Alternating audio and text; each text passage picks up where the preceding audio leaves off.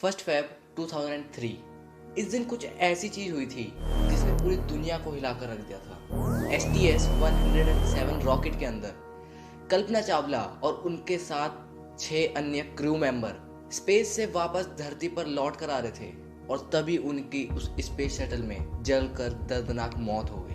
लेकिन लॉन्च के दूसरे दिन ही स्पेस शटल के अंदर जो भी टेक्निकल प्रॉब्लम था वो नासा को पता था, लेकिन उसके बाद भी 1 हफ्ते तक किसी भी क्रू मेंबर को वो चीज बताई ही नहीं गई और ना ही उन्हें बचाने के लिए नासा ने कोई कोशिश भी करी। लेकिन गौर देने वाली बात तो ये है कि इस मिशन को 18 बार पोस्टपोन किया गया था, क्योंकि इसके अंदर बार बार कोई ना कोई तो फॉल्ट आ ही जाता था। तो अब मैं आपको एक वो चीज बताने वाला हूँ जो वीडियो में आगे आने वाली पहेली को सॉल्व करेगा। जब नासा ने कल्पना चावला का रॉकेट लॉन्च किया तो उसके 1 महीने बाद ही एटलांटिस रॉकेट लॉन्च करने वाले थे। तो नासा के दिमाग में कभी ये आया ही नहीं कि वो एटलांटिस रॉकेट को लॉन्च करके उन सभी क्रू मेंबर की जान बचा सके। तो ये सारी बातें सुनकर आपको तो ये लग ही रहा होगा कि कल्पना चावला को बचाया जा सकता था। तो इस वीडियो में आगे हम यही देखने वाले हैं कि किस तरह से हम कल्पना चावला को बचा सकते थे।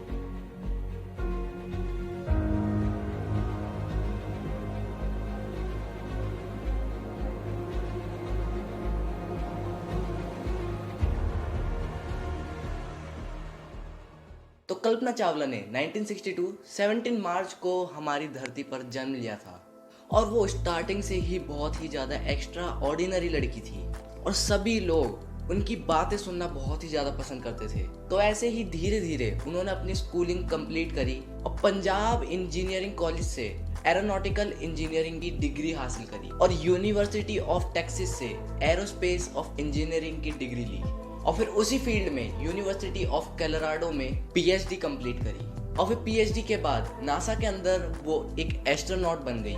लेकिन अब हम बात करने वाले हैं कि कल्पना चावला जी की मौत किस तरह से हुई थी। STS-107 ये नासा का 28th मिशन था जिसमें कोलंबिया स्पेस शटल का इस्तेमाल करना था। ये मिशन तो 2001 में ही होने वाला था, लेकिन इस स्पेस शटल के अंदर इतनी सारी खराबियों के बाद इसको पोस्टपोन करते करते 2003 का समय आ गया था। जब इस स्पेस शटल के अंदर इतनी सारी ही खराबियां थी तो नासा को ये तो समझ जाना ही चाहिए था कि ये इस मिशन के लिए फिट नहीं बैठेगा। लेकिन इतने ऑब्वियस साइन को भी नासा ने पूरा इग्नोर कर दिया और फिर इस मिशन को 16 जनवरी 2003 में शेड्यूल कर दिया। और इस मिशन के अंदर कल्पना चावला और उनके अन्य क्रू मेंबर को 15 दिन तक स्पेस के अंदर रहना था और कई सारे साइंटिफिक एक्सपेरिमेंट वहां करने थे। तो इसीलिए जो लोग पहली बार स्पेस में जा रहे थे वो लोग बहुत ही ज्यादा खुश थे। तो जैसे ही रॉकेट लॉन्च हुआ तो कुछ समय बाद जो फ्यूल टैंक का इंसुलेटर था वो टूटकर तकरीबन 800 किलोमीटर प्रति घंटे की रफ्तार से स्पेस शटल की एक लेफ्ट विंग पर जाकर टकरा गया और ये डैमेज इतना बड़ा था कि 10 इंच बड़ा होल कर दिया था उस इंसुलेटर ने। और जैसे ही इंसुलेटर का एक पीस उस विंग से टकराया तो रीइंफोर्स कार्बन की एक शील्ड उस जगह से टूट गई। और पूरे स्पेसक्राफ्ट के लिए ये शील्ड इतनी इंपॉर्टेंट होती है क्योंकि जब भी हम स्पेसक्राफ्ट से वापस अर्थ की तरफ आते हैं तो फ्रिक्शन से लगे गर्मी को ये अंदर ना आने दे, इसलिए ये शील्ड हमें प्रोटेक्ट करता है। लॉन्च के दौरान इस इंसिडेंट के बारे में किसी को भी नहीं पता चला, लेकिन जैसे ही दूसरे दिन इंटरसेक्टर वर्किंग ग्रुप इस लॉन्च की फुटेज और फोटोज को चेक कर रहा था तो उन्हें पता चला कि ये इंसिडेंट भी हो चुका है। लेकिन नासा के ऑफिशियल्स को ये इतना सीरियस लगा ही नहीं। उन्होंने सोचा ये बहुत ही माइनर डैमेज है, तो इसी चक्कर में उन्होंने किसी भी क्रू मेंबर को ये बताया ही नहीं 1 हफ्ते तक। और जब 1 हफ्ते बाद नासा ने उन्हें ये खबर दी तो उन्होंने तब भी यही बताया कि ये बहुत ही छोटा सा डैमेज है और इससे कुछ भी स्पेसक्राफ्ट को फर्क नहीं पड़ने वाला। लेकिन ये आपको और मुझे तो पता ही है कि सरासर झूठ था। 1 फरवरी को जब कल्पना चावला जी का स्पेस शटल वापस अर्थ के एटमॉस्फेयर में आ रहा था तो जो छेद लेफ्ट विंग में हो रखा था तो फ्रिक्शन के वजह से लेफ्ट विंग में हुए होल के अंदर इतनी ज्यादा हीट आने लगी कि स्पेसक्राफ्ट के अंदर का जो टेम्परेचर है बहुत ज्यादा ही बढ़ने लग गया और जो ऑक्सीजन लेवल था वो इतना कम होने लग गया कि धीरे धीरे सभी लोग बेहोश हो गए।